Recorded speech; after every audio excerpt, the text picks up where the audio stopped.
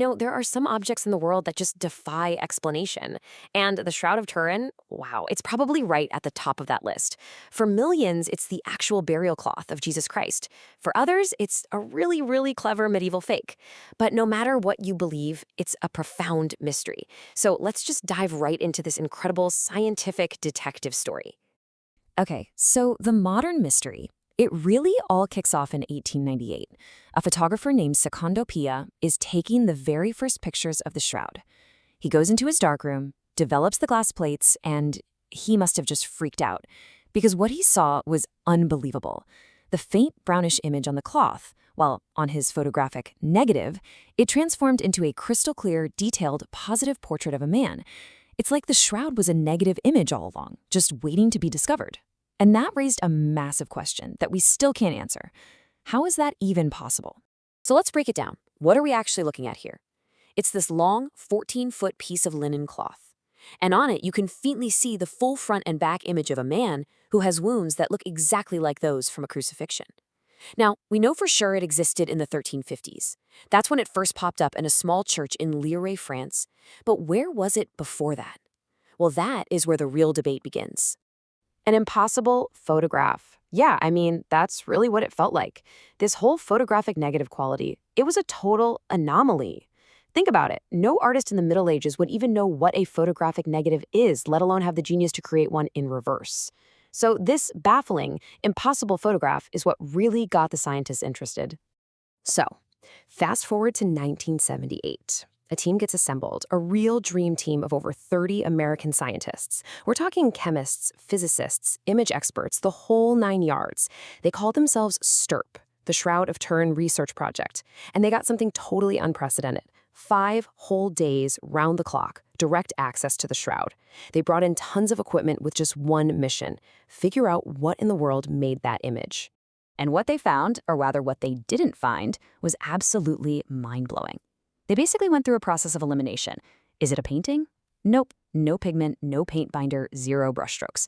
Is it a scorch, like from a hot statue? Nah, the properties of the image just don't match a burn. A photograph? Not a chance. No chemicals. A liquid stain? Wrong again. There's no evidence of anything seeping between the threads. And this is the key takeaway, right? Nothing was added to the cloth. The image isn't all in the cloth. It's part of it. It's this incredibly superficial discoloration of the very, very top threads of the linen. We're talking less than 0.2 micrometers deep. That is ridiculously thin, way, way thinner than a single particle of bacteria. So after all that work, after years of analyzing all the data they collected, the STURP team's final conclusion was as stunning as it was simple. They had no idea. Seriously, they had absolutely no scientific explanation for how the image was formed. The mystery, instead of being solved, just got a whole lot deeper. A medieval forgery? Right. Because just when it seemed like the science was hitting a dead end, a different kind of science came along and seemed to deliver a final, definitive, case-closed kind of answer. And that was radiocarbon dating. In 1988, samples from the shroud were sent to 3 separate top-tier labs for testing. The results came back unanimous, and it looked like the nail in the coffin. The date? Sometime between 1260 and 1390 AD. And you see, this is what made it so convincing. That date range was a perfect match for the historical record. The shroud shows up in the 1350s, and the C14 test put the cloth right in that same time period. So case closed, right? It had to be a clever medieval forgery. End of story. Well, not quite. Re-examining the date. Because that very solid, case-closed conclusion, it started to get some serious cracks when people looked a little bit closer. And one of the biggest problems was where they took the sample from. Get this.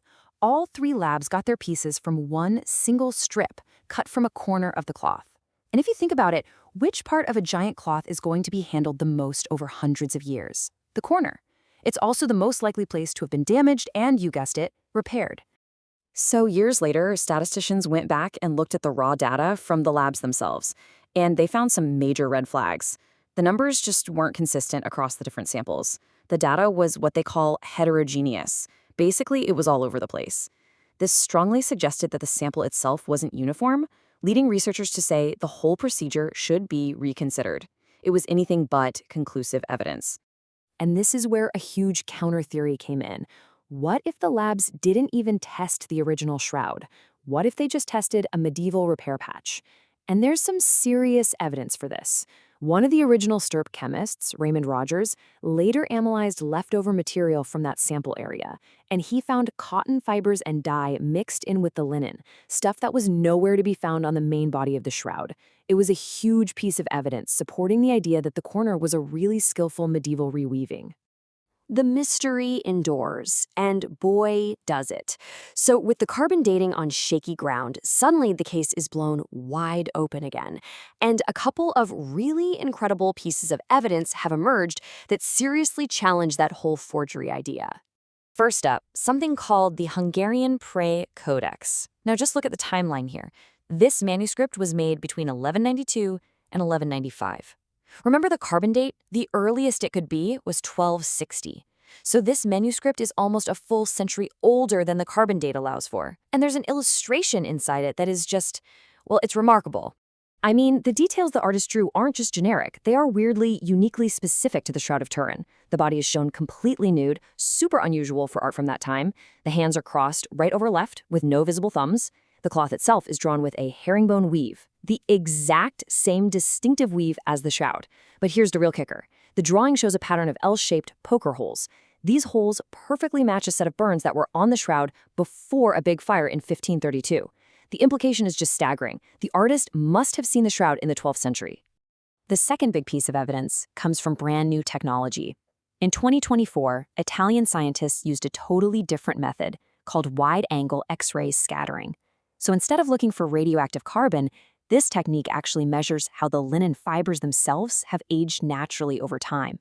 It's kind of like reading the rings on a tree to find its age, but for fabric. And the result they got? Well, the analysis dated the linen fibers of the shroud to be approximately 2,000 years old. That places its origin squarely in the 1st century AD. This new data is a direct contradiction of the 1988 carbon dating, and it has just completely reignited the entire debate. So where does that leave us? We're basically at a scientific deadlock. We have an image that our best science can't even begin to replicate. We have a carbon date from 1988 that has some serious questions surrounding it. We have historical evidence that seems to show the shroud existed a century before that carbon date. And now we have a brand new X-ray dating method that points right back to the time of Christ. It all brings us back to this central question. Is the Shroud of Turin an authentic 1st century artifact that defies explanation, or is it, by far, the most sophisticated and brilliant forgery ever created?